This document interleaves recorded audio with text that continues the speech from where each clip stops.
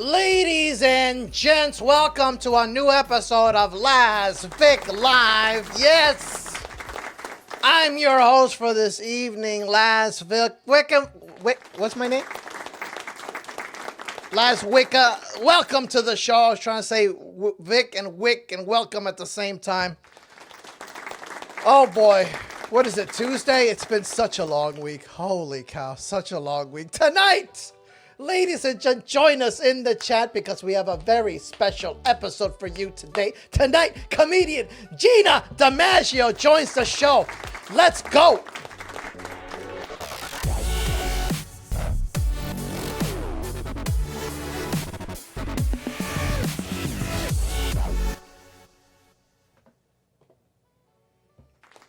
Gina DiMaggio! Hello! Welcome to Laz Vic Live. How are you tonight? I'm good. How are you? Oh my God. Gina, thank you so much for joining. I really appreciate it. Yeah, I'm happy to be here. You're such a good sport. You came on, you downloaded Discord, you know nothing about it, but you jumped in with both feet. I did. What's going on? How are you tonight on this Tuesday night? I'm okay. I'm doing all right. Just got out of my day job, and I'm happy to be home. I think you're as busy as I am. Yeah, it's crazy. Craziness. Okay, this time I see the chat, but I don't see the chat on screen yet, Anthony. Okay. So you're gonna have to figure this out. I see the chat in my view now, and Anthony says, love you. Thank you. Oh, you're talking to Gina. Oh. Maybe he means you. Okay, so Anthony says he loves you. Gina, for those of my small audience that don't know you, can you tell us a little bit about yourself? I'm a teacher, and I teach high school English during the day, and at night I do stand-up comedy. Yeah. So you teach high school English during the day and high school English at night. That's right. Which one is harder? They both have a lot of similarities. There's hecklers with both. You know, you have that going on, but both of them, you know, you have to get the audience's attention. You got to get them on your side, and you got to entertain them and engage them. So would you say that being a teacher was a good training ground for being a comedian? Definitely. You really learn about how to get people's attention because there's no harder audience than teenagers. You know? Yeah. They're going to let you know what they're thinking. Anthony sent over 100 stars for Gina, he says. Wow, over 100 stars. 100 stars. Thank you so much, Anthony. Appreciate that. That's a lot of stars. Thanks, Anthony. So is there a gig? First of all, how long have you been doing comedy and what got you into it? I've been doing comedy just over 5 years, and I wanted to do it. I took a pamphlet for a stand-up comedy class when I was 19 or 20 years old, back in the 90s. Wow. Remember the 90s? And then it was a pamphlet. It was physical paper. It was a physical pamphlet, and only black and white. Wow. Yeah. You're taking us back, Gina. Yeah. So it goes back so far that the people teaching the class, I've read their names to some like big comedians. They've never heard of them. So like they must be out of comedy for a long time. Wow. Yeah. But I couldn't take the class because I had a little baby. And also I was like poverty level, so I couldn't afford it. So and then you were impoverished and you were a single mom. That's right. And I had no time because of that as well. But then when my son became an adult, I was like, wait a minute. I feel like there were things I wanted to do before he was born. What were they? And so that's when I decided to do stand-up because now he's big and I have more time, money. Yeah. So what's your method? Do you write a lot, like on paper, or do you improv more? Paper. And then if I'm saying something on stage spontaneously, I try to do an audio recording. so that if I say, oh, I remember I said something that I didn't plan, I'll go back and listen to it. But I don't listen to a lot of what I record because I really hate listening to my own voice. You know, it's Do you? annoying. Yeah. Oh, No, the I get it. worst. I get it. I record all my sets, and I'm always cringing constantly. I'm always picking out the mistakes. Oh, You know, it's right like off the even bat, I'm if it always like, went "This is well. atrocious." Exactly. And then it'll be a set that you think went well. And then you go back to watch it and you're like, wow, that didn't go as well as I thought it did. I don't know. Yeah, and you and I have done many gigs together over the years already. I mean, Yeah. it feels Oh, like yeah. it feels like I just met you, and we've done like, I don't know, 30 gigs together. That's true. That's very true. It's crazy the amount of gigs that we do on the side, on the weekends, on nights, on Yeah, pre-holidays. They add up. Those stage hours add up. that's true. They really Um, do. So, what's your do you have a favorite comedy memory that sticks out for you, or a show in particular, or maybe Ooh, something bad? gosh. Well, I mean, oh, there's all kinds of things that were good and bad, but I love it when it's a show that you don't expect much from. And you go, oh, forget it. This one's going to suck. Yeah, But then you do it and it ends up being good or, you know, just better than you thought. There's like a great like that energy. nursing home that we did, Gina. Oh my God. That nursing home that we did was like one of the most challenging gigs of the Yes. year. It was one of the last gigs I did of the year. And also, it was one of the most memorable gigs. Right. I mean, some of them, it's just so fun to see like that was fun and funny. Or like during COVID where when there weren't a lot of places to perform. I performed in at a strip club.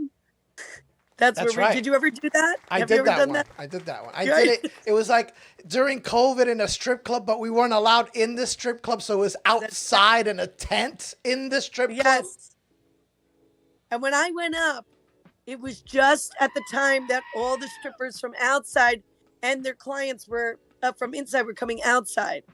So while I was telling my jokes, you know, about my baby shower and Yeah. like being a mom, they were like getting spanked, you know, and like people were stuffing money in their G strings next to me. So I'm like, well, people are going to really pay attention to me now, Yeah. you And so, know? yeah, and as a comic in New Jersey, you have to expect that. Like, you have anything could happen. You could Right? end up on any stage.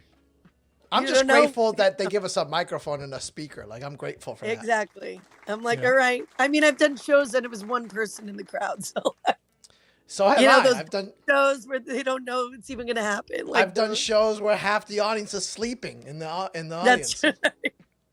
or I've done a few shows recently in movie theaters. That was interesting too.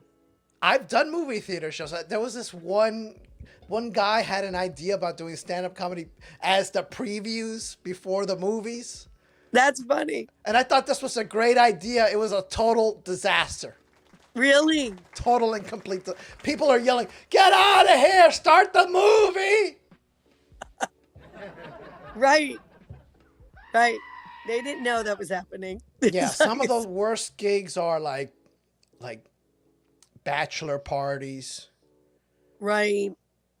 weddings Yeah. for some reason. I don't know why people want to hire comedians for their Weddings? weddings. Yeah, I've done like 2 weddings. What? And those were That's crazy. both were awful.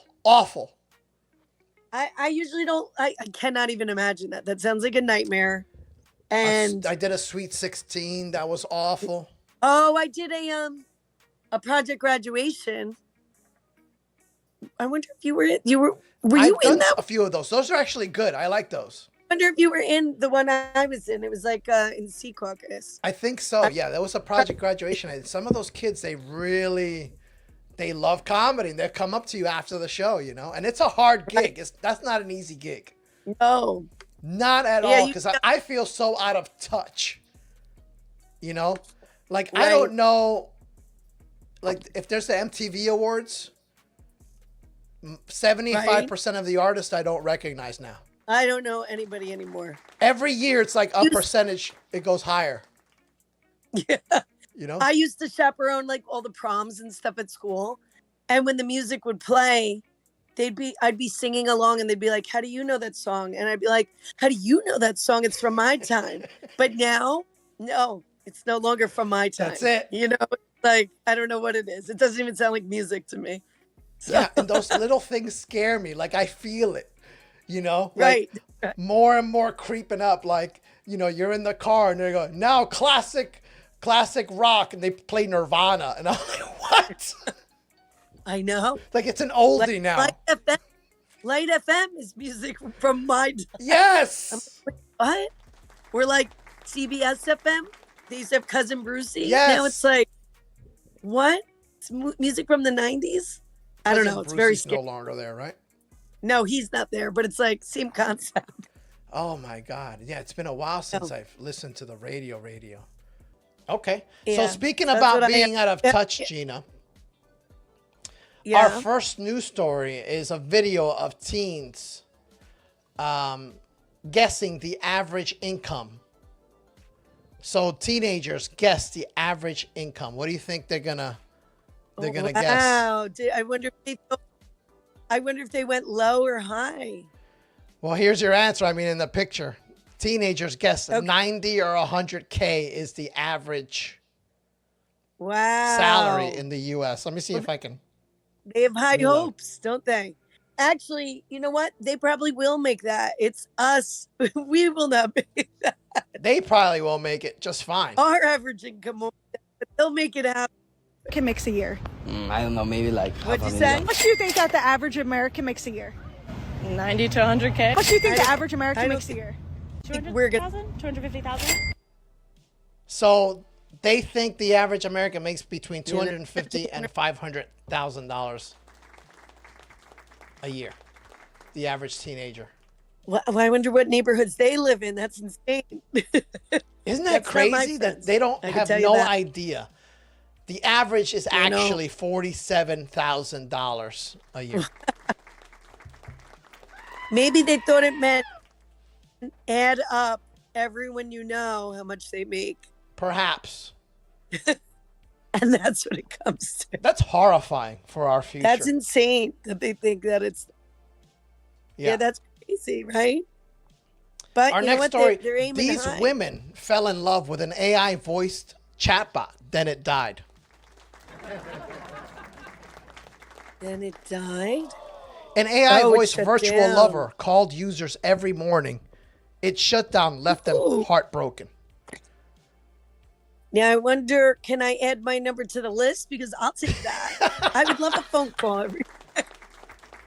I mean, sure. Would you consider an AI voice chatbot as a lover, Gina? I think I would. And listen, times are tough, Laz. All right. You take what you can get. You know what? I don't blame you. So apparently these users signed up for this AI voice chatbot that would call them and send them nice messages every day and kind of like keep the conversation going. And then the company shut down, and that was it. Oh my God! So all these people got attached. I was seeing ads for this. Actually, I feel like anybody on a dating site is used to this because they have that on there, and they're usually scammers. And people believe they're in love with them, so why not? Yeah, and there's a certain percentage of the population that easily falls for stuff like that. Like, and now with AI, it's gonna be really bad. Like, it's scary. Oh yeah, there's some big scams going on with AI. Like, people are calling up saying that they kidnapped a loved one, and they're using that person's voice that they're recording to try to get ransom from their family members. It's crazy. Anthony says, Gina, call me, hun. Just the fact that you typed hun, you just lost her right there.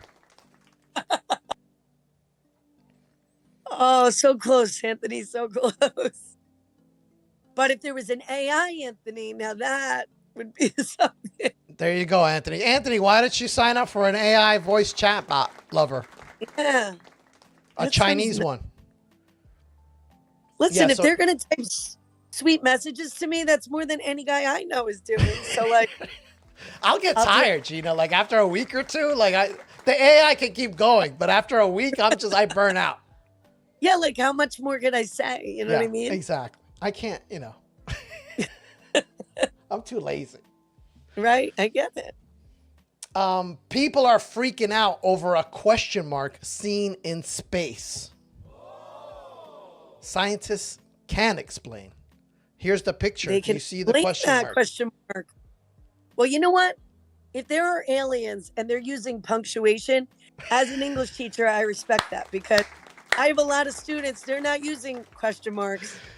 That's You know a what I'm saying? great They're not using point. punctuation, but these aliens are. So bravo. That's a great point, Gina. The aliens are using proper punctuation. We are falling behind as a species. That's right. And you know what I think we need to do is get our astronauts together, get a rocket ship going, get out there with a giant red pen and just cross it out. We'll just cross out Boom. that question. Doesn't belong there. That's what I do. I use the old red pen. So There you go. So they took, this is a real picture from a telescope. I think it was that new telescope, the James Webb Space Telescope. And boom, a question mark. I mean, it's crazy. It's crazy looking. Do you know what they explained? James Webb Telescope recently captured a stunning new image, what scientists call a pair of actively forming stars. Wow. So that's what they think it is, that it's a pair of two stars forming near each other and forming a perfect question mark. That's fun. Well, the universe is puzzling. It's sort of like you just sit there wondering the meaning of life, and then you look up and the universe responds with like, I don't know. I don't know either. The aliens are probably stumped. They don't know what to say. They're like, what more do you want from us? So I thought it was an interesting story, a little bit of magic. I still believe in magic, Gina. It's puzzling. Even in the form of AI. I like a good mystery. The last story of the evening is not even a story. It's a hack. It's a painting hack. So we were talking about the things that, we're getting older. And the things that excite us when you're older are different than when you're younger. Like, for me, like a good trip to Target is a good time, Yes. Whereas before I didn't want to do any shopping. So this is a hanging your painting hack. Check this out. Let's see. He puts a fork. A fork. Boom. How crazy is that? Oh, do you know how long I've struggled, Gina? That is good.